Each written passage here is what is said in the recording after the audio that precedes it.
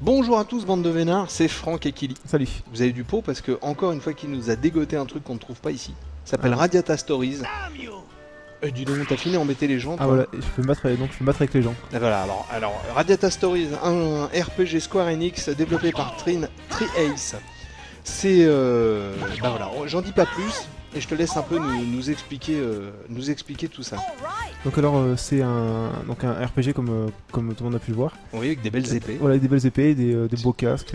Très réaliste toujours. Toujours. Toujours très réaliste le RPG. Et donc c'est un RPG développé par Tri-Ace. Donc c'est une grosse boîte en fait de RPG qui est développée entre autres Valkyrie Profile et Star Ocean 3. Et donc ça c'était leur avant-dernière production. Ouais. Parce que maintenant ils ont juste terminé l'épisode 2 de Valkyrie Profile, donc Silmaria. Et donc c'est un RPG qui est assez atypique dans le sens où l'histoire est assez basique dans l'ensemble. Attends, je te coupe juste pour te demander un truc. Est-ce qu'il y a encore une histoire de mec qui a transpé son kimono dans du sang de tigre ou des choses comme ça? Pas là-dedans. Non. D'accord.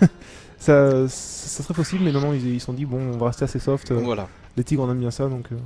Ok.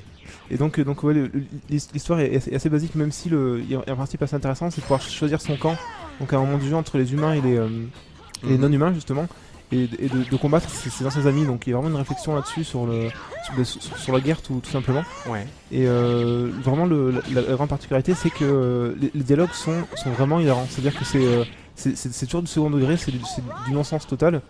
Et tous les personnages sont complètement débiles, le héros c'est un crétin fini, et ils ont vraiment un rapport au monde qui est complètement décalé. Ah bah c'est bien ça. Et c'est un jeu vraiment très frais en fait, on prend vraiment du plaisir à jouer, justement pour les dialogues qui sont très bien écrits et vraiment très bien joués. Alors, sorti en France, ne vous affolez pas parce que pour l'instant il n'y a rien. Bah il sortira même jamais en fait. Ouais, donc voilà, c'est encore mieux, il sortira donc jamais. Ça c'est une version US que Kili s'est offerte. Voilà, avec ses petits deniers. Ouais, et pour pas très cher, en import on peut la trouver à $29, donc à peu près 24 € en France, et ça vaut vraiment le coup. Hein, ah oui, c'est que dalle. Ah non, c'est vraiment pas cher. Ouais. Après, c'est vrai qu'il faut avoir la console américaine. Ouais. D'accord. Donc, un RPG qui sort de l'ordinaire aussi, parce que tu peux vraiment te mettre sur le nez avec les habitants du village, tu l'avais dit peut-être. Voilà, en fait, le principe intéressant, c'est de pouvoir justement se battre avec les habitants et avoir vraiment une vraie interaction. C'est-à-dire que le but du jeu, c'est vraiment de recruter le maximum de personnes en fait pour faire sa guerre justement.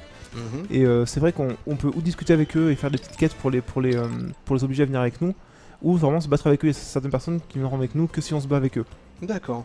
Donc, voilà. Oui, donc oui, comme tu dis, t'as le mot. Ah oui, il a une grosse tortue. Le mot est bien trouvé, c'est interaction. Voilà, vraiment. Ouais. Ah, tu as bastonné avec une tortue? Ah oui, parce que bon, normalement c'est une espèce protégée, mais celle-là elle est suffisamment grosse, je pense, pour se défendre toute seule. Donc. Et par contre, je trouve que tes adversaires, ils font pas vraiment long feu, mais c'est normal ou pas? C'est parce que t'es très fort? C'est parce qu'en fait là, je suis à un haut niveau en fait. Mais c'est un peu le problème souvent des jeux Tri-Ace. C'est-à-dire que la difficulté est assez mal réglée. C'est-à-dire que là, par exemple, autant j'ai aucun problème avec les ennemis, autant là, je me suis arrêté en fait au boss de fin, qui est pratiquement imbattable, même au niveau où je suis. C'est un peu le problème des jeux de cette société. C'était un peu la même chose pour Valkyrie Profile, c'est-à-dire que le jeu était pas forcément très compliqué dans l'ensemble, mais dès qu'on arrivait vers la fin du jeu, c'était incroyablement difficile.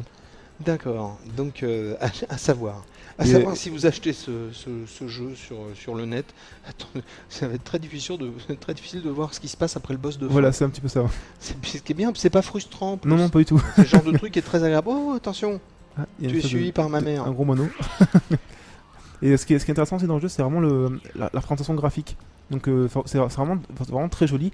Et c'est un côté conte en fait, enfin livre de conte. C'est-à-dire que tout ce qui est environnement, profondeur d'environnement, en fait, c'est un petit côté, figé, voilà. Un peu comme les pages d'un livre, comme vous pouvez voir vraiment un dessin de fond. Et c'est assez onirique et c'est un univers qui est vraiment passionnant. Quel poète ce Kili. Quel poète ce Kili. Un poète qui massacre des pterodactyles à l'épée quand même. Oui, non, c'est vrai. Bon, est-ce que tu veux rajouter autre chose? Non, mis à part que c'est un jeu qui a pas vraiment très bien marché ni au Japon ni aux États-Unis.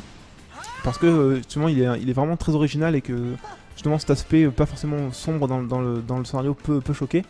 Mais effectivement, c'est vraiment, il faut l'essayer en fait. Il y a des gens qui vont vraiment accrocher d'autres noms, mais ça vaut vraiment le coup et c'est un très très bon jeu.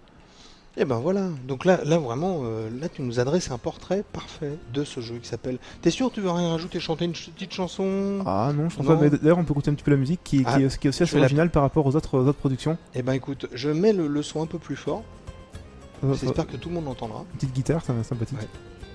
En même temps l'endroit s'appelle Disette Valley je crois. Ouais. C'est bien, c'est hispanique. Voilà, ça change de beaucoup de RPG qui sont... Enfin, trop symphonique c'est pas une des critique, fois. mais des fois effectivement ils se prennent un petit peu trop la tête pour faire des mélodies peut-être un peu trop compliquées suivant les situations. Et c'est vrai que là la bande son colle complètement au côté décalé justement du titre. Ouais. Et c'est vraiment un gros plus. Bon, et ben écoute, hein, ça s'appelle Radiata Stories, c'est édité par Square Enix, développé par Tri-Ace.